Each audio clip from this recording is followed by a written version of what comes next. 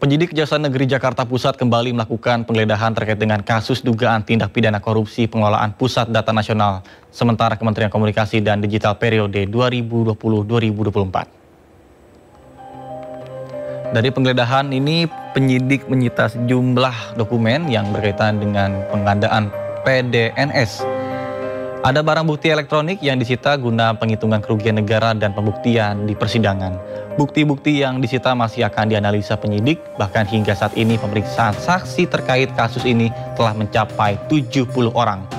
Namun penyidik masih akan memeriksa sejumlah saksi lagi. Dalam waktu dekat, penyidik Jari Jakpus akan melakukan gelar perkara untuk menetapkan tersangka. Penetapan dilakukan setelah pemeriksaan saksi tambahan dan analisa barang bukti sitaan selesai. Ini penyidik pada Kejaksaan Negeri Jakarta Pusat benar telah melakukan penggeledahan di beberapa lokasi di Provinsi Banten dan Provinsi DKI Jakarta terkait dengan penyidikan PDNS di lokasi BDX Center, kemudian di kantor pusat PTAL, di gudang PTAL, di warehouse PTAL. Ini merupakan rangkaian penggeledahan lanjutan terhadap penggeledahan yang sudah dilakukan beberapa waktu yang lalu, di mana penyidik memandang perlu untuk melakukan penggeledahan di 5 lokasi tersebut untuk kembali menambah barang bukti dan alat bukti supaya penyidikan ini semakin kuat.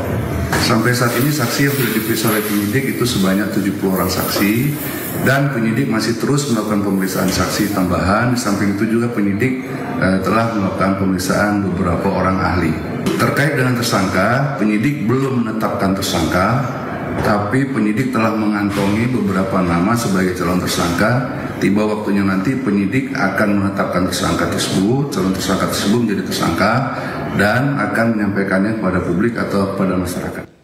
Kejaksaan Agung menyita barang bukti berupa 2 kapal pesiar dari pengacara Arianto, salah satu tersangka kasus suap hakim dalam vonis lepas korupsi minyak mentah.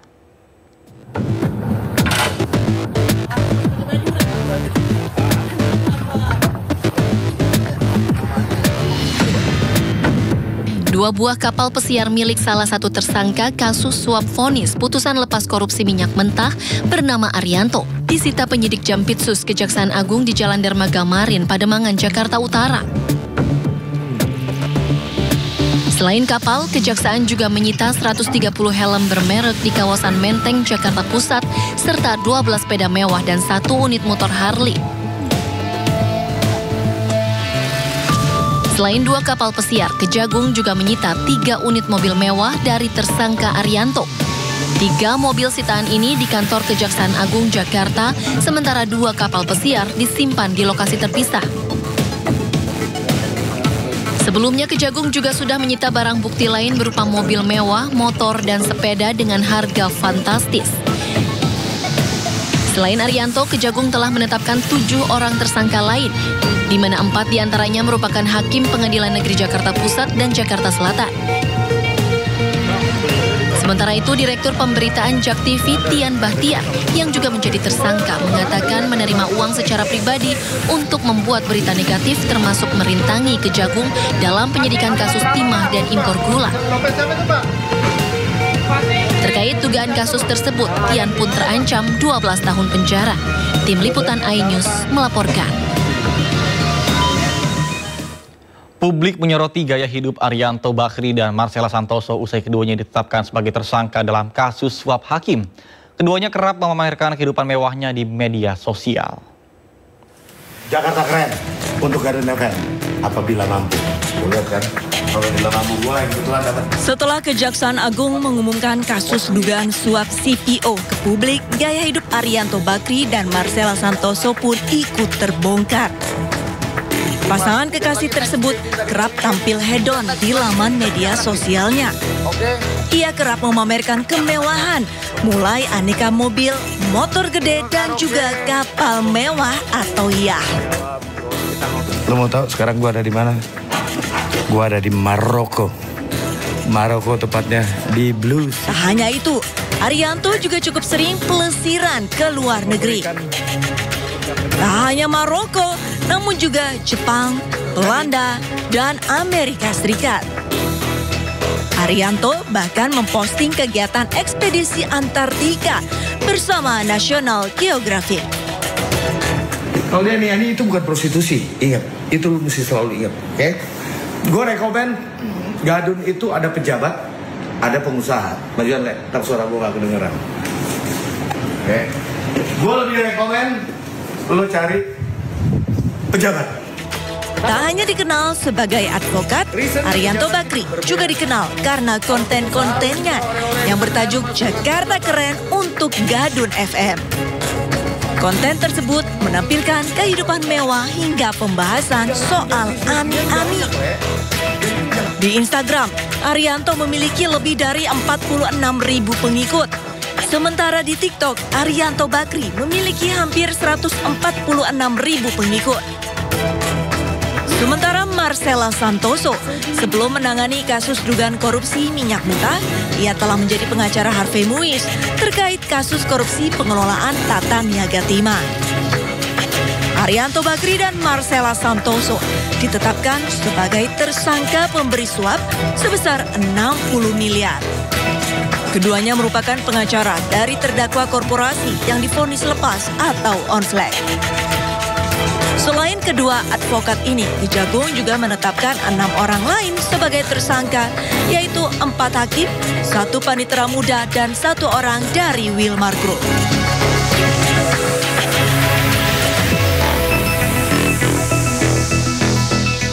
Pemirsa, wacana Solo diusulkan menjadi daerah istimewa kembali diperbincangkan. Namun menurut Wakil Wali Kota Solo, hal tersebut masih didiskusikan. Wakil Wali Kota Solo, Astrid Widayani, mengaku belum membahas mengenai usulan terkait dengan wacana Solo menjadi daerah istimewa. Menurutnya hal ini masih dipelajari dan akan menjadi diskusi bersama Wali Kota Respati Ardi. Pemkot Solo sedang berupaya membuat Kota Solo menjadi pusat wilayah penyangga di kabupaten sekitar. Pihaknya juga mendorong adanya aglomerasi Solo Raya untuk menguatkan posisi Kota Solo. Tidak hanya dari sisi letak atau geografis saja, tetapi juga bagaimana Solo yang terbatas sumber daya alamnya. Kami belum membicarakan sejauh itu. Mungkin nanti usulan yang terkait dengan daerah istimewa Surakarta akan kami pelajari, dan selebihnya tentunya akan menjadi diskusi kami pribadi dan Mas Wali Kota. Dan pemerintah sendiri memandang urgensi dari usulan itu seperti apa? Mungkin dalam konteks saat ini yang sedang kami jalankan juga adalah bagaimana Surakarta ini menjadi pusat atau hub dari wilayah-wilayah penyangganya, yang kami juga dorong sebuah pendekatan aglomerasi Solo Raya, di mana hal ini tentunya bisa menguatkan posisi Solo tidak hanya dari sisi letak atau geografis saja, tetapi juga bagaimana Solo yang terbatas sumber daya alamnya, dan kami fokus di sumber daya manusianya. Semua potensi investasi bisnis ada di Solo, ini nanti bisa bergerak ke sana. Untuk selebihnya kami belum membahas secara mendalam mengenai Sementara itu, pemirsa, Kementerian Dalam Negeri masih akan melakukan kajian terlebih dahulu terkait dengan usulan Solo menjadi daerah istimewa.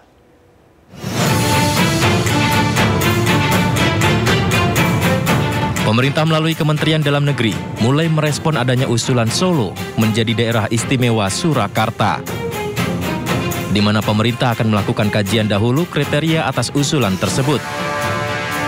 Bahkan usulan ini juga sudah masuk di Komisi 2 DPR RI.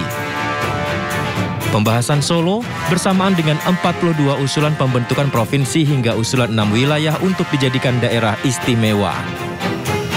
Sampai dengan bulan April ini izin kita mendapat banyak PR, ya tadi sudah sampai pimpinan, ya jadi ada 42 usulan provinsi,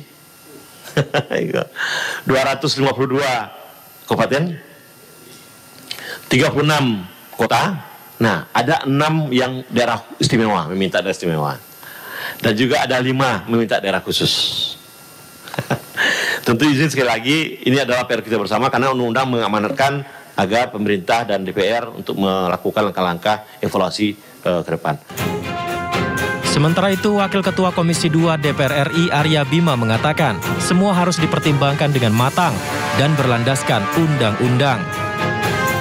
Akan tetapi, ia menilai jangan sampai pemberian daerah keistimewaan ini membuat rasa ketidakadilan dengan daerah-daerah lain. Seperti Solo yang minta pemekaran dari Jawa Tengah dan mengusulkan diri menjadi daerah istimewa Surakarta. Tim Liputan iNews melaporkan. Lantas seperti apa tanggapan masyarakat Solo terkait dengan usulan Solo menjadi daerah istimewa, dan berikut liputannya untuk Anda. Seperti apa memang saya belum paham, tapi ya tetap harapannya seandainya jadi istimewa ya bisa membawa perubahan untuk warganya menjadi lebih baik dan menguntungkan ke para pengusaha. Kalau saya pribadi, insya Allah setuju sih, setuju banget. Karena kesempatan ini mengingat kalau di Jogja ada keraton Jogja, di Solo ada 2 keraton, Mangkunegaran dan Kasunanan. Otonomi daerah amat sangat dibutuhkan. Apapun itu, baik di struktural organisasi, di struktural birokrasi pun saya rasa itu tetap sangat diperlukan. Ya, kalau itu lebih baik juga mendukung. Semoga Solo lebih maju, jadi masyarakatnya juga berkembang, lebih meningkat perekonomiannya.